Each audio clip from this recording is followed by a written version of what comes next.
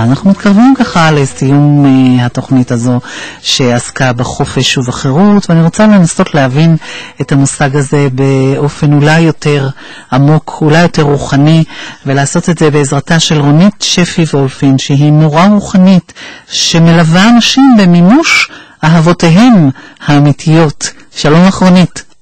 שלום וברכה. אנחנו מדברים על חופש, וזה לא דבר פשוט, למרות שזה נראה שאם אפשר ללכת להצגה יומית, אז יש לנו הכל.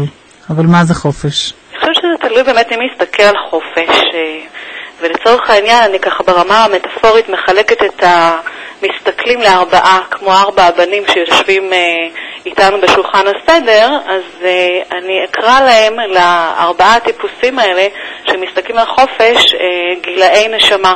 יש את הגיל נשמה צעיר, גיל נשמה מבוגר, גיל נשמה ותיק, והראשון שבהם זה בעצם הנשמה התינוקת, גיל נשמה של תינוק. ואני מסתכלת על אנשים כנשמות וכקבוצות נשמה.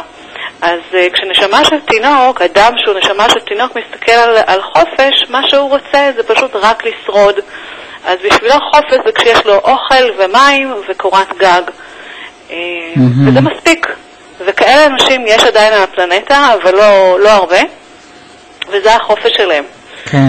נשמה צעירה זה קבוצת אנשים שמה שמניע אותם ומעניין אותם זה כוח, אני חזק. אז כשהם מסתכלים על חופש, הם מסתכלים על זה ברמה של כמה נכסים אני יכול, או מותר לי, או חופש, יש לי חופש שיהיה לי, כן? כן. אני חופשי ליצור כמה כסף שאני רוצה, וכמה בחורות שאני רוצה, וכמה נכסים שאני רוצה. וזה החופש של אותם האנשים. כן. הנשמות הבוגרות יותר הם אנשים שמה שמניע אותם זה הרגש וההנאה. אז יש לי חופש ליהנות, אני אלך לאיזה הצגה שאני רוצה, אני אצרח ברחובות כמה שאני רוצה, אני ארוץ על חוף הים עירום ביוון או בארץ, ואני אעשה מה בראש שלי, וזה החופש שלי. כן. וזה לגיטימי. וזאת נשמה איזו? איך הגדרתה? זאת הנשמה הבוגרת. בוגרת, אוקיי. הנשמה הוותיקה, הנשמה הזקנה מכולם, היא הנשמה שיש לה הכי הרבה ניסיון חיים, והיא בעצם המובילה. ומה שמעניין אותה זה לא רק לשרוד, ולא רק שיהיה לה נכסים וכוח, ולא רק ליהנות, אלא גם פשוט להיות היא עצמה. וזאת אומרת שהנשמה הוותיקה רוצה להביע את עצמה, היא רוצה להביא את עמדתה לעולם. ומה שזה מצריך ממנה זה א' לדעת, אותם האנשים שהם נשמות ותיקות, קודם כל רוצים לדעת מהי עמדתם בכל נושא בחיים, בתחום של זוגיות, משפחה, פוליטיקה וכן הלאה. זאת אומרת, הם רוצים לדעת את עמדתם, הם לא יודעים אותה?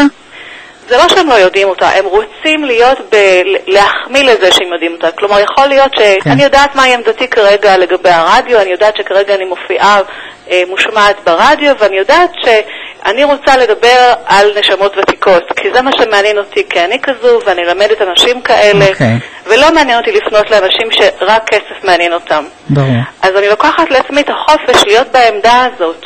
אבל אני רוצה לשאול אותך, אותה עמידה מאחורי הדברים יכולה להעמיד את האנשים באמת במצבים קשים. מישהו לא מבין אותנו, למה אנחנו כך ולא אחרת? זאת אומרת, זה דורש מאיתנו איזושהי עמידה חזקה יותר על שלנו? זה יכול להיראות כאילו שזאת עמידה חזקה יותר על שלנו, וברגע שאנחנו יודעים מהי עמדתנו, אנחנו גם יודעים מול מי אנחנו אמורים לעמוד.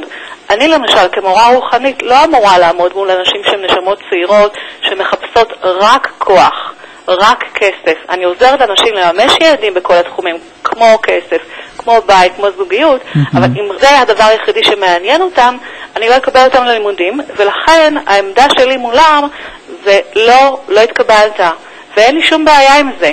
אני חושבת שזה גם לאומנים מדבר באמת. בדיוק, לאומנים זה מאוד מדבר, כי לא כל אחד אמור לבוא ולראות כל הצגה ולאהוב כל שיר, זה פונה לקהל מסוים.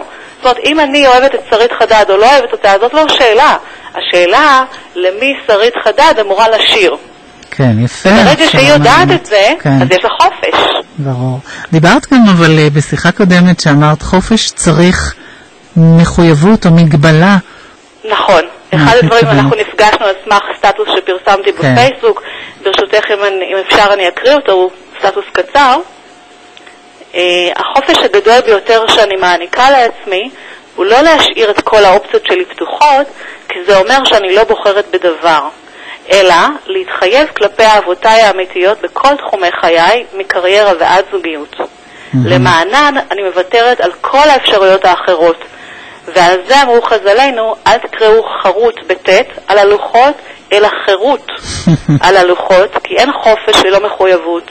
כלומר, אני שוב מדברת על עצמי, המחויבות שלי היא ללמד נשמות ותיקות, לממש את עצמם בכל התחומים, שוב מכסף וזוגיות ועד קריירה וכדומה, ולכן אני אמורה לוותר על כל הנשמות הצעירות שבאות אליי, וויתרתי על הרבה. אז זאת אומרת שאני צריכה לוותר על הרבה אופציות, ויש לי כל מיני פיתויים, כל מיני אנשים שמציעים סכומים גדולים של כסף בעבור זה שאני אתן להם את הידע או הכלים שיש. אבל את יודעת מול מי את צריכה לדבר. בדיוק. אז לכן אני צריכה א' לפסול, ברגע שאני יודעת מה נכון לי, אני חייבת לוותר על כל השאר. וזה לא קשה. זה אולי מצריך, הקושי הוא רגשי פנימי, כי אני צריכה להתמודד עם אולי אני טועה, אולי זו טעות חיי שלא הלכתי להרצאה הזו. את יודעת. אבל צריך לדעת, כן, לוותר, זה יפה. כלומר, צריך לדעת לוותר על המון דברים כדי לקבל את החופש של הדברים הנכונים.